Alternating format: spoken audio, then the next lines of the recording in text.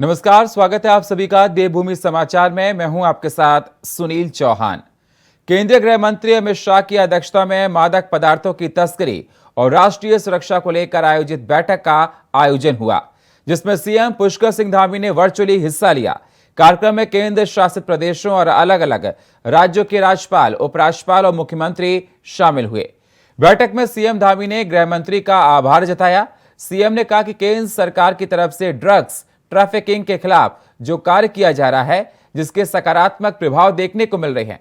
राज्य सरकार की तरफ से भी ड्रग्स ट्रैफिकिंग को रोकने के लिए कारगर प्रयास किया जा रहा है।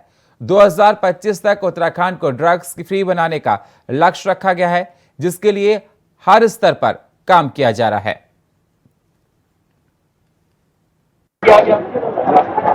नशे को लेकर आज आदरणीय गृह मंत्री अमित शाह जी की अध्यक्षता में बैठक हुई है और उन्होंने जो निर्देश दिए हैं राज्य के, हम उस पर तेजी से काम करेंगे और हमारी प्राथमिकता है कि 2025 तक देवभूमि को ड्रग्स फ्री देवभूमि बनाएं। ड्रग्स के जो आदी हो चुके हैं उनको जो है काउंसलिंग के जरिए, अन्य माध्यमों के जरिए उनकी काउंसलिंग करें, उनके नशे की लत को छुड़ाएं और जो इसको बड़े जो गिरोह के रूप में इसकी जो सप्लाई चेन करने वाले लोग हैं उन पर कठोर कार्रवाई करें, उस चैन को तोड़ें और नशे से देवभूमि को मुक्त करें। देहरादून में निरंजनपुर मंडी में बीजेपी किसान मोर्चा की तरफ से किसान सम्मान और लाभकारी योजना को लेकर कार्यक्रम का आयोजन किया गया, जिसमें बतौर मुख्य अतिथि सीएम पुष्कर सिंह धामी शामिल हुए। कार्यक्रम के दौरान प्रदेश के कई किसानों को सम्मानित किया गया। वहीं इस दौरान सीएम ने केंद्र और राज्य की लाभकारी योजनाओं के बारे में किसानों को जानकारी दी। यहाँ पर मंडी समिति वालों ने जो है ना जो प्रोग्राम रखा था हम आए, हमारे को पूजा जी ने जो है ना अवगत कराया कि आप लोग आइए, ऐसे रास्ते बड़े बिखरे खराब है आजकल बरसात में, हम ही आए, हमको सम्मानित किया। हमें इससे जो है ना काफी खुशी हुई, काफी हौसला बढ़ा और यहाँ पर आने से जो है ना हमको मुख्यमंत्री जी ने जो है ना सम्मानित, तो हम किसानों को प्रोत्साहित सम्मान देने का काम किया। उससे हमारी जो काम करने की जो इच्छा शक्ति है वो और ज्यादा बढ़ गई है। हमें बहुत अच्छा लगा कि यहाँ पे मुख्यमंत्री जी के हाथों हम सब किसानों का सम्मान हुआ। हमारा जो मनोबल है और बढ़ा है और मुझे लगता है कि बहुत सारे जो युवा हैं जो नौकरी के लिए दर दर भटक रहे हैं, खेती एक अच्छा विकल्प है। वो सारे जो युवा हैं वो खेती को एक विकल्प के रूप में एक अच्छी खेती के लिए तैयार हो सकते हैं और कर सकते हैं। तो इस तरह के सम्मान, इस तरह के प्लेटफॉर्म पे जो एनर्जी मिलती है और मुझे लगता है कि वो सभी लोगों को तक जाएगी कि इनको मिल सकता है तो हमें भी सम्मान मिल सकता है। देखिए, इस बार का जो हमारा आम बजट था, सामान्य बजट था, उसमें हमने किसान भाइयों के लिए एक अलग से जो है प्रावधान किया और उसके अंतर्गत किसानों की आय को आदरणीय प्रधानमंत्री मोदी जी ने जो पहले से ही जो है एक विजन तैयार किया हुआ है, उसी पर काम करते हुए हमने प्रदेश के अंदर 18,000 पॉली हाउस बनाने का निर्णय लिया है। किसानों को और अधिक प्रोत्साहन हो हर क्षेत्र में, बागवानी के क्षेत्र में, सब्जी उत्पादन के क्षेत्र में, फल उत्पादन के क्षेत्र में, एप्पल मिशन के क्षेत्र में, और उसको लेकर लगातार हमने बजट में भी प्रावधान किया है। अन्य तरीके से भी हम जो है उसको प्रोत्साहित कर रहे हैं। इसके पीछे हेतु है कि हमारे यहाँ का जो प्राथमिक क्षेत्र है, कृषि का क्षेत्र, वो क्षेत्र तेजी से आगे बढ़े और वो आगे बढ़ेगा तो निश्चित रूप से जहाँ किसानों की आय दुगनी होगी, किसानों को एक आजीविका की मजबूत होगी, आर्थिकी का आधार बनेगा, वहीं प्रदेश को भी आगे बढ़ाने में काफी मदद। राज्य में बाढ़ से त्राहिमाम मचा हुआ है। इसी बीच पुरोला से विधायक दुर्गेश लाल ने मोरी के नेटवाड़ क्षेत्र में बाढ़ प्रभावित क्षेत्रों का दौरा किया। साथ ही बाढ़ पीड़ितों से मुलाकात करते हुए प्रभावितों को हुए नुकसान का जायजा लिया। वहीं ये भी बताया गया कि प्रशासन ने आकलन करवाकर उचित मुआवजा दिया जाएगा। आपको बता दें, भूस्खलन से प्रगति नगर गांव में आवासीय भवनों को पूर्ण रूप से क्षति पहुंची है, जिसमें किताब सिंह रावत का बहुमंजिला मकान और सेब का बगीचा भी पूरी तरह दब गया है। भूस्खलन से सेब के बगीचों को बहुत नुकसान हुआ है। हल्टाड़ी गांव में भूस्खलन से आवासीय भवनों को पूर्ण रूप से क्षति होकर आंशिक क्षति होने और जगह जगह भूस्खलन होने पर आज स्थलीय निरीक्षण किया है। तो आपको बता दें, बाढ़ से त्राहिमाम मची है। तस्वीरों में आप देख सकते हैं किस प्रकार का नुकसान हुआ है और जो सेब के बगीचे थे वो काफ़ी वहां पर खराब हो गए हैं, जिसका आज मुआयना किया है। बाढ़ से राज्य में त्राहिमाम है और आज अधिकारियों ने जाकर मुआयना किया और हर संभव मदद की बात कही। विधायक दुर्गेश ने बाढ़ इलाकों का आज निरीक्षण किया है।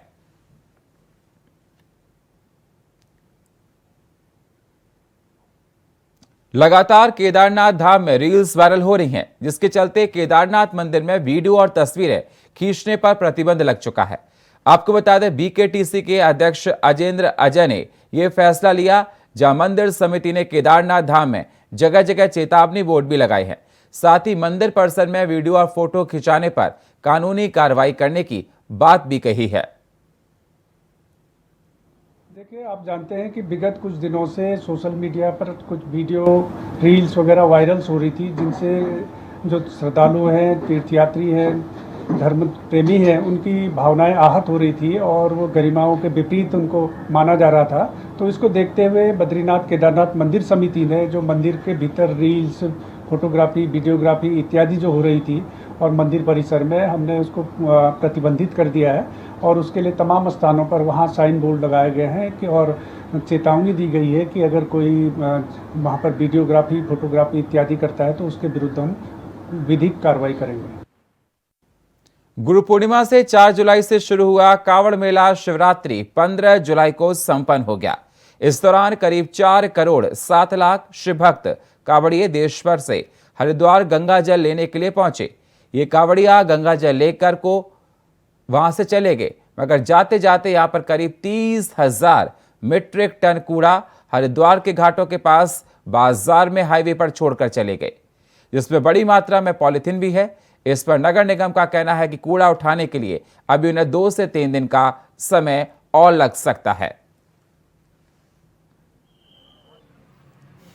देखिए, नगर निगम ने पूर्व में ही तैयारी की थी। हम लोगों ने जगह जगह पे अपने आदमियों को डिप्लॉय भी किया था और चूँकि पूर्व में जब कांवड़ स्टार्ट हुई तो काफ़ी यात्री ऐसे आ रहे थे जो कि पैदल चल रहे थे, तो उस समय इतना इशू आया नहीं हमारे को व्हीकल मूव करने में। लेकिन जब 10 तारीख से डाक कांवड़ स्टार्ट हुई तो तब काफ़ी इश्यूज़ आया, तो तब हम लोग को प्रॉब्लम फेस होना था कि क्योंकि हमारे आदमी कूड़े को जब इकट्ठा कर रहे थे तो उसको लिफ्टिंग करना प्रॉब्लम हो रहा था। तो 10 तारीख तक तो काफ़ी ठीक रहा। हमने प्रतिदिन हम लोगों ने कूड़ा सफाई किया और उस जितना भी कूड़ा एकत्र हुआ उसको लिफ्टिंग की, लेकिन 10 तारीख के बाद बहुत डिफिकल्ट हो गया था। तो नगर हम लोगों को, क्योंकि पूर्व का भी एक एक्सपीरियंस था कि इस समय पे जब व्हीकल मूव नहीं कर पाएंगे तो हम क्या करेंगे, तो हम लोगों ने लाइनर बैग्स को परचेज़ किया था दोबारा। तो हम सारे कूड़े को इकट्ठा करके बड़े बड़े लाइनर बैग्स में हम लोग एकत्र करके रख रहे थे उसको। जहां आज उत्तराखंड में लोक संस्कृति का महापर्व हरेला को बढ़ चढ़कर मनाया जा रहा है, तो वहीं डोईवाला में भी नई तहसील परिसर में एसडीएम शैलेंद्र सिंह नेगी के आह्वान पर बार संघ, व्यापार संघ के साथ तमाम विभागों ने मिलकर परिसर में पौधा रोपण किया है।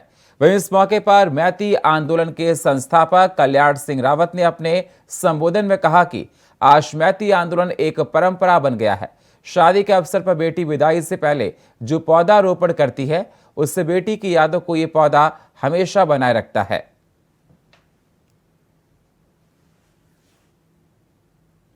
तो लोक संस्कृति का महापर्व हरेला को लेकर धूम देखी जा रही है। तहसील परिसर में पौधा रोपण किया गया, जिस दौरान ये देखा गया कि एसडीएम समेत तमाम अधिकारी मौजूद रहे और उन्होंने पौधा रोपण किया है।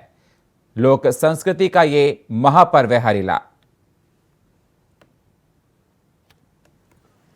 उत्तराखंड की एक विरासत रही है। जैसे हंसा धनाई गौरा देवी ने कभी जंगलों को बचाने के लिए जंगलों से लिपट गई थी और एक बुरा जबरदस्त आंदोलन उन्होंने खड़ा किया था।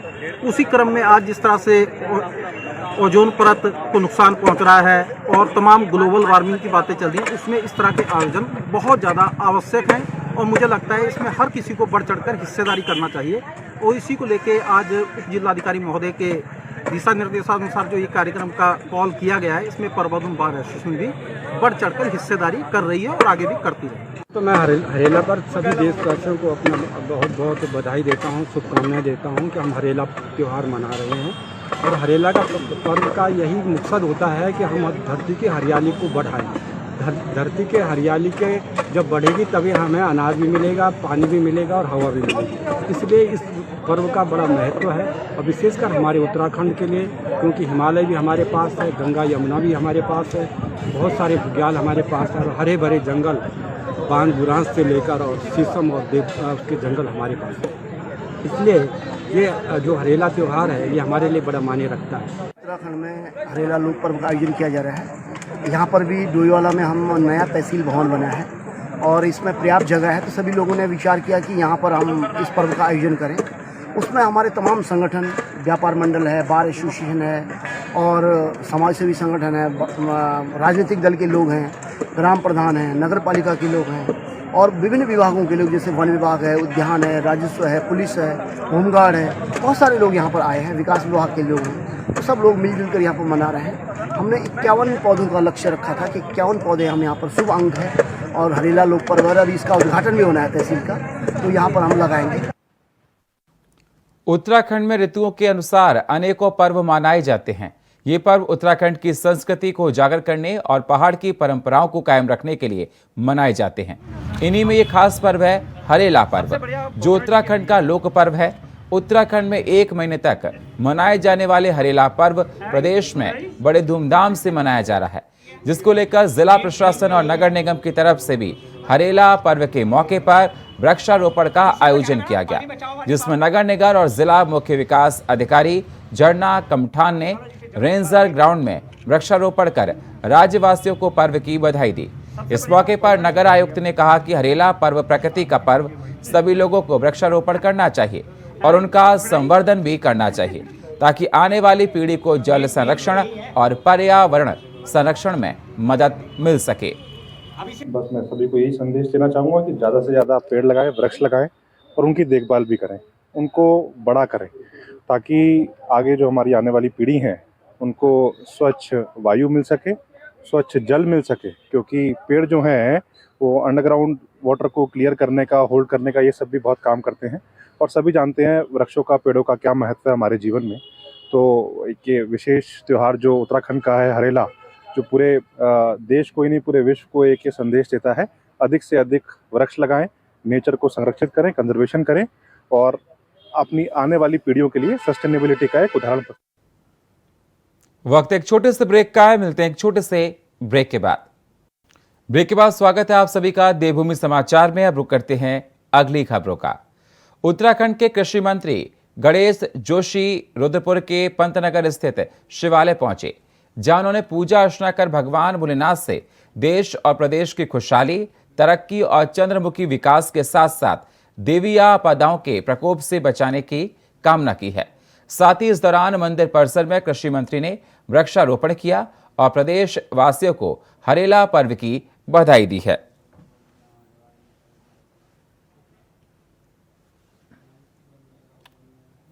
डोईवाला क्षेत्र में हुई लगातार हो रही बारिश के बाद सुसवा नदी में बाढ़ आ गई, जिससे काफी नुकसान हुआ था। प्रभावितों की शिकायत पर देहरादून के एसडीएम प्रशासन एसके बर्णवाल और डोईवाला के एसडीएम शैलेंद्र सिंह नेगी, पीडब्ल्यूडी और सिंचाई विभाग के अधिकारियों ने साथ क्षेत्र में बाढ़ से हुए नुकसान का जायजा लिया। साथ ही बाढ़ से बुल्लावाला पुल को पहुंचे नुकसान का भी निरीक्षण किया गया। पीडब्ल्यूडी के अधिकारियों को तत्काल प्रभाव से पुल की सुरक्षा, दीवार के साथ ही नदी से हो रहे कटाव को रोकने और उचित प्रबंध करने के दिशा निर्देश भी दिए गए। पुल का निरीक्षण किया गया। इसका जो नीचे वो एक सुरक्षा दीवार होती है, लॉन्चिंग दीवार होती है, वो एक पोर्शन जो है वो बह गया है और उसके नीचे फिर पुल का जो नीचे मतलब कटाव होना शुरू हो गया था, क्योंकि बारिश बहुत तेज़ हुई थी, उसके कारण ये हुआ। और आज जो है इसी क्रम में हमारे खनन विभाग, अधिशासी अभियंता जो पीडब्ल्यूडी, सिंचाई और फॉरेस्ट, राजस्व विभाग सभी यहाँ पर उपस्थित हुए। सोमवार को हरीश रावत हरिद्वार पहुंचे, जहां उन्होंने प्रेस क्लब में एक प्रेस कॉन्फ्रेंस की, जहां उन्होंने अलकसर और खानपुर क्षेत्र में आई बाढ़ और पिछले दिनों बारिश के कारण हरिद्वार में हुए जलभराव की स्थिति पर बात की है। प्रेस कॉन्फ्रेंस में हरीश रावत ने कहा कि लक्सर में आई बाढ़ का मुख्य कारण सोनाली नदी के तटबंधों की समय पर रिपेयर नहीं कराया जाना, जिस कारण से लक्सर क्षेत्र में आई बाढ़ को उन्होंने मेड करार दिया। वहीं हरिद्वार के रानीपुर मोड़ पर हर बारिश से हो रहे जलभराव पर बोलते हुए उन्होंने कहा कि जब उनकी तरफ से अपनी सरकार में रानीपुर मोड़ पर मोटर लगवाई थी तो 3 नियम बनाए थे। एक तो पानी निकालने के लिए मोटर लगवाई थी, दूसरा गंग नहर के पानी को कम किया जाना और तीसरा 4 स्थान ऐसे चिन्हित किए थे जिनको तोड़ा जाना था। उन्होंने आरोप लगाया कि आज ट्रिपल इंजन की सरकार से मोटर ही स्टार्ट नहीं हो पा रही है। उन्होंने बाढ़ की स्थिति में ही हरिद्वार जिला प्रभारी मंत्री सतपाल महाराज के हरिद्वार न आने पर एक तरफ जहां मुख्यमंत्री को पत्र लिखने की बात कही तो वहीं कांग्रेस की जिला इकाई को मंत्री बुलाओ थाली बजाओ अभियान चलाए जाने की बात कही।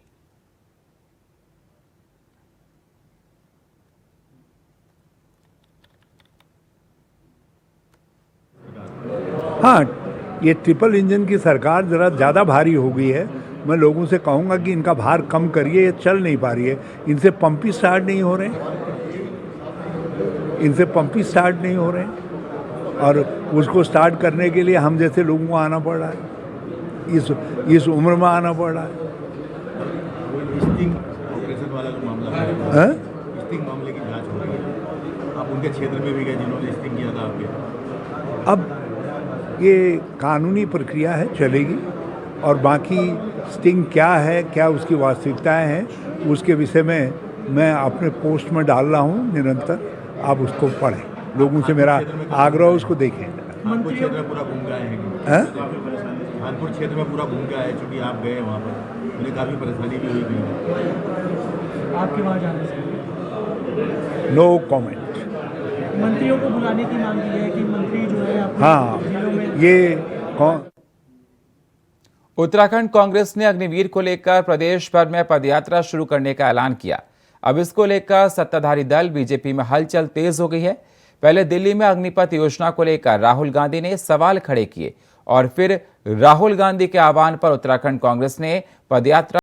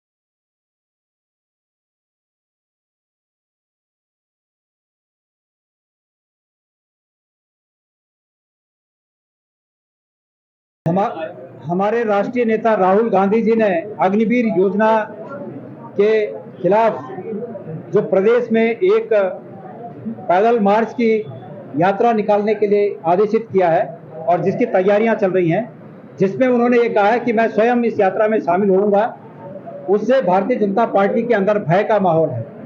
भारतीय जनता पार्टी बुरी तरह भयभीत है और इसलिए परसों प्रेस वार्ता करके उन्होंने ये कहा कि कांग्रेस के नेता युवाओं को बरगलाने का काम कर रहे हैं। मैं उनसे ये बात कहना चाहता हूं कि अगर कांग्रेस युवाओं को बरगलाने का काम कर रही है तो अग्निवीर योजना के फायदे युवाओं के हित में क्या है, ये उसको स्पष्ट रूप से जनता के सामने रखें। क्या फायदे हैं? जो युवा वर्षों से तैयारी कर रहा है उसको 4 साल में भर्ती होने के बाद आप बाहर का रास्ता दिखाने की योजना बना रहे हो और उस योजना का समर्थन भी कर रहे हो, तो आने वाले चुनाव में यहाँ के युवा आपको उसका हिसाब किताब बताएंगे।